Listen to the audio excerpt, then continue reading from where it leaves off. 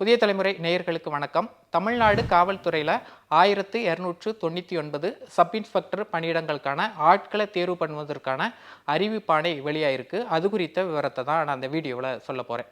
தமிழ்நாடு காவல்துறையில் காலி பணியிடங்கள் சீருடை பணியாளர் தேர்வு வாரியம் மூலமாக தான் நிரப்பப்பட்டு வருது. அந்த வகையில் 1299 சார்பு ஆய்வாளர்கள், அதாவது சப் இன்ஸ்பெக்டர் பணியிடங்களை தேர்வு பண்ணுவதற்கான அறிவிப்பாணை வெளியாயிருக்கு.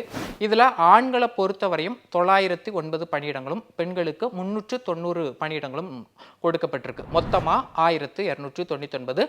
அதே நேரத்தில் இது ரெண்டு வகையாக பிரிச்சிருக்காங்க. அதாவது ஆர்ம்டு ஃபோர்ஸ் மற்றும் தாலுகா லெவல் சப் இன்ஸ்பெக்டர் அப்படின்னு சொல்லி ரெண்டு கேட்டகரியாக பிரிச்சிருக்காங்க. ரெண்டு கேட்டகரியும் சேர்த்து தான் நமக்கு 1299 பணியிடங்கள் வருது. இதற்கான நோட்டிஃபிகேஷன் அப்படிங்கிறது ஏப்ரல் மாதம் 4ஆம் தேதி தொடங்குது. ஏப்ரல் மாதம் 7ஆம் தேதியிலிருந்து ஆன்லைன் வழியாக விண்ணப்பிக்கலாம். மே மாதம் 3ஆம் தேதி வரையும் ஆன்லைன் மூலமாக விண்ணப்பம் நம்ம செஞ்சுக்கலாம். இதற்கான எழுத்து தேர்வு தேதி பின்னர் அறிவிக்கப்படும் அப்படின்னு சொல்லியிருக்காங்க. www.tnusrp.tn.gov.in அப்படிங்கிற இணையதளம் மூலமாக நம்மளால் விண்ணப்பிக்க முடியும். ஆன்லைன் மூலமாக மட்டும்தான் விண்ணப்பம் செலுத்த முடியும் அப்படின்னு சொல்லி குறிப்பிட்டிருக்காங்க. இதற்கான வயது வரம்பு அப்படின்னு பார்த்தீங்கன்னா 20 வயது நிரம்பியவராக இருக்கணும், 30 வயதுக்கு உட்பட்டவராக இருக்கணும் அப்படின்னு சொல்லி குறிப்பிட்டிருக்காங்க. அதே நேரத்தில் ஏஜ் ரிலாக்ஸேஷனும் கொடுத்துருக்காங்க. அதாவது பிசி எம்பிசி கேட்டகரியை பொறுத்தவரையும் நம்மளுக்கு அப்பர் ஏஜ் லிமிட்டாக 32 வயசு வரையும் கொடுத்துருக்காங்க. எஸ்சி எஸ்டி கேட்டகரிக்கு அப்பர் ஏஜ் லிமிட்டாக 35 வயது வரையும் கொடுத்துருக்காங்க. டிரான்ஜெண்டர்களுக்கு 35 வயதும், அதுக்கப்புறம் ஆதரவற்ற விதவை அவங்களுக்கு 37 வயது வரையும் அப்பர் ஏஜ் லிமிட் கொடுத்துருக்காங்க. இதற்கான கல்வி தகுதி அப்படின்னா ஏதாவது ஒரு இளங்கலை பட்டப்படிப்பு படிச்சிருக்கணும், ஏதாவது ஒரு டிகிரி குவாலிஃபிகேஷன் இருந்தால் போதும் அப்படின்னு சொல்லியிருக்காங்க.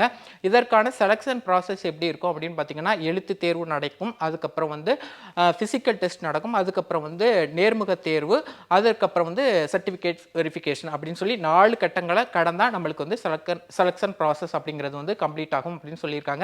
இது எல்லாத்தையும் ஹோல் ப்ராசஸையும் சேர்த்து நம்மளுக்கு 100 மதிப்பெண்கள் கொடுக்குறாங்க. இந்த 100 மதிப்பெண்களில் யார் ஹையஸ்ட் மார்க் வாங்குறாங்களோ அது மட்டும் கிடையாது. கேட்டகரி வைஸாக நம்ம எவ்வளவு சீட் அலோகேட் பண்ணியிருக்காங்க அதன் அடிப்படையில் தான் சீட் ஃபில்அப் பண்ணப்படும் அப்படின்னு சொல்லி அவங்க நோட்டிஃபிகேஷனில் குறிப்பிட்டிருக்காங்க. இதற்கான ஊதியம் அப்படின்னு பார்த்தீங்கன்னா 36,900 ரூபாயிலிருந்து 1,16,600 ரூபாய் வரையும் இருக்கும் அப்படின்னு சொல்லியிருக்காங்க. இதற்கான நோட்டிஃபிகேஷன் லிங்கை நான் உங்களுக்கு கமெண்ட் செக்ஷனில் கொடுக்குறேன். தேவையானவங்க கிளிக் பண்ணி பார்த்துக்கோங்க. மே மாதம் 3ஆம் தேதி வரையும் தான் நம்மளுக்கு ஆன்லைன் மூலமாக விண்ணப்பிக்க முடியும். சீக்கிரமாக விண்ணப்பிங்க. இந்த யாராவது நான் காவல் டிபார்ட்மெண்ட்டுக்குள்ளே போகணும் அப்படின்னு சொல்லி ரொம்ப காத்திருக்கிறவங்களுக்காக இந்த வீடியோவை நீங்கள் ஷேர் பண்ணிக்கோங்க.